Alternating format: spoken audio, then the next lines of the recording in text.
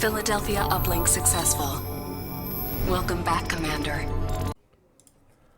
I've been thinking of game franchises that are primed for a comeback. Don't call it a comeback! And Command & Conquer Red Alert seems like a pretty good candidate. Here's why. Real-time strategy, RTS, has been around for a long time. In fact, Command & Conquer, along with its predecessor Dune 2, is often considered the daddy and granddaddy of the RTS genre. RTS constantly seems like it's on the verge of a renaissance, but constantly falls short. But I do think that Red Alert is the right candidate, and here's why. Frankly, Command & Conquer knows what it is. It isn't trying to be StarCraft. We require more Vespene gas. So, competitive level gameplay isn't the priority here. What it does have to worry about is fun. Fun and functional. Command & Conquer isn't really a microing type RTS, though if you're good enough you can play it like that. You can play it on harder difficulty. But most of the time you can just select everything and then tack move into a base and still have fun.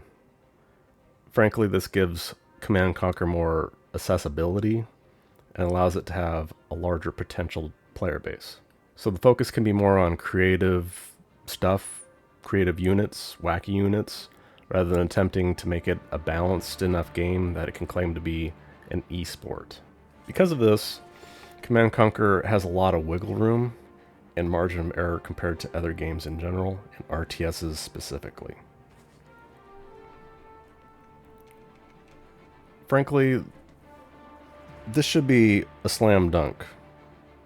Red Alert has always been an alt history franchise, which means you can screw around. And looking at the past games, the writers were pretty clearly screwing around. Think of an alt history premise. My personal idea would be Lenin lives, and lives through World War II or something. You can do whatever you want. Archduke Ferdinand's driver takes the right turn at Albuquerque. I knew I should have taken that left turn at Albuquerque. Austrian artist gets into Vienna Art School.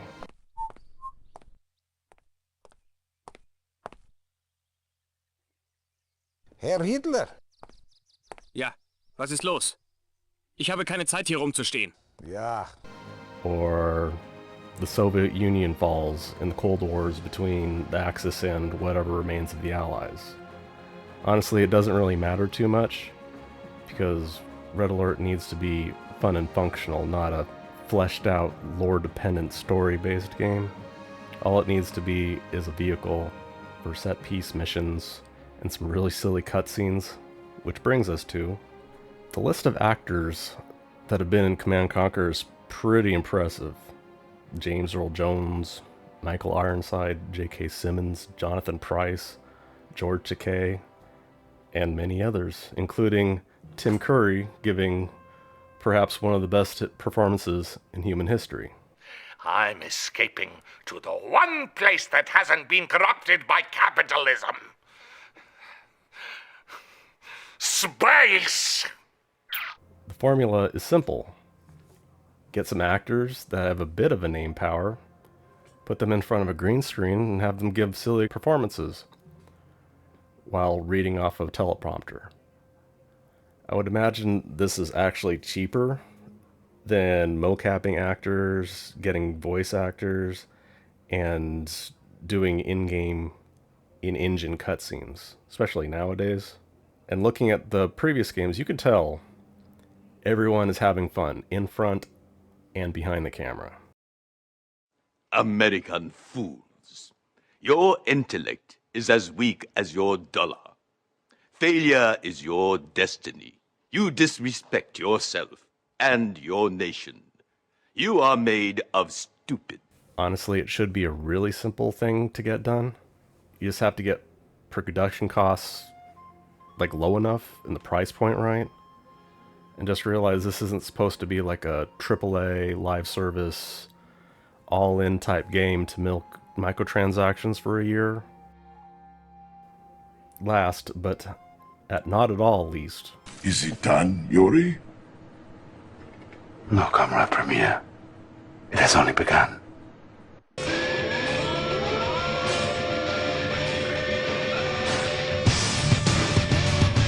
and that was probably enough to get a copyright strike. Command & Conquer, as a franchise, has some of the best music ever made for games. Hell March being one of the best tracks ever made for any game OST, so much it has been remade, remixed countless times. I would say Hell March 2 is one of my favorite songs, like, ever. That's including even, like, normal music. In my opinion, developing music for your franchise is one of the best investments you can make. It's really easy to reuse, it's easy to remix, and it's one of the easiest ways to manipulate people with nostalgia.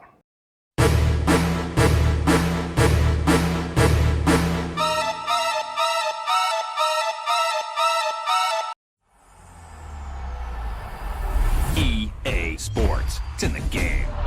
EA Games. Challenge everything. Yeah, guess who owns the rights to Command & Conquer? EA is probably the biggest reason why I wouldn't get my hopes up too high, but crazier things have happened. EA is partially why I think Red Alert is the perfect vehicle for a franchise rebirth, for Command & Conquer and for RTS. It's alt history, it's already known to be silly, campy, and already unserious, unlike the Tiberium timeline. You see, power shifts quickly in the Brotherhood. I've taken the liberty of dispatching your troops to the U.S.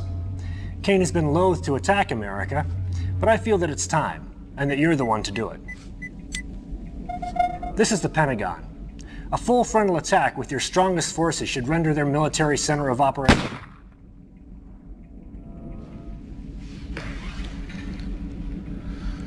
Yes. Power shifts more quickly than some people think. I am Kane. Or generals. What the f did you just fucking say about me, you little bitch? I'll have you know I graduated top of my class in the Snow Leopard Commando Unit, and I have over 300 confirmed kills. I am trained in guerrilla warfare, and I'm the top sniper in the entire PLA Armed Forces. So it doesn't need top-notch writing. Like I said, this is not a lore-dependent franchise, Red Alert especially. It doesn't need top-notch acting, though good actors would be a bonus, as long as they're having fun. It isn't StarCraft, so it doesn't need to be esports level balanced. Like I said before, fun and functional. So maybe it'll happen one day. I just feel that RTS has a demand that isn't really being supplied right now. I said before, it kind of feels like it's on the verge of a renaissance, but just never gets there. So if EA could just get a solid game that's decently priced and not monetized like to the gills, I think they would have a hit on their hand and they would get the franchise back on track. So that's my opinion. I think it's definitely a franchise that could be brought back, and fairly easily. So if you got this far, thanks for watching. I'd appreciate it if you commented your thoughts on Command & Conquer, on Red Alert, potential revival, RTS in general, and what sort of features and things you would like to see out of it. Thanks for watching, and have a nice day, Commander. I know it seems unfair to ask this of you, but the fate of the free world is now in your hands.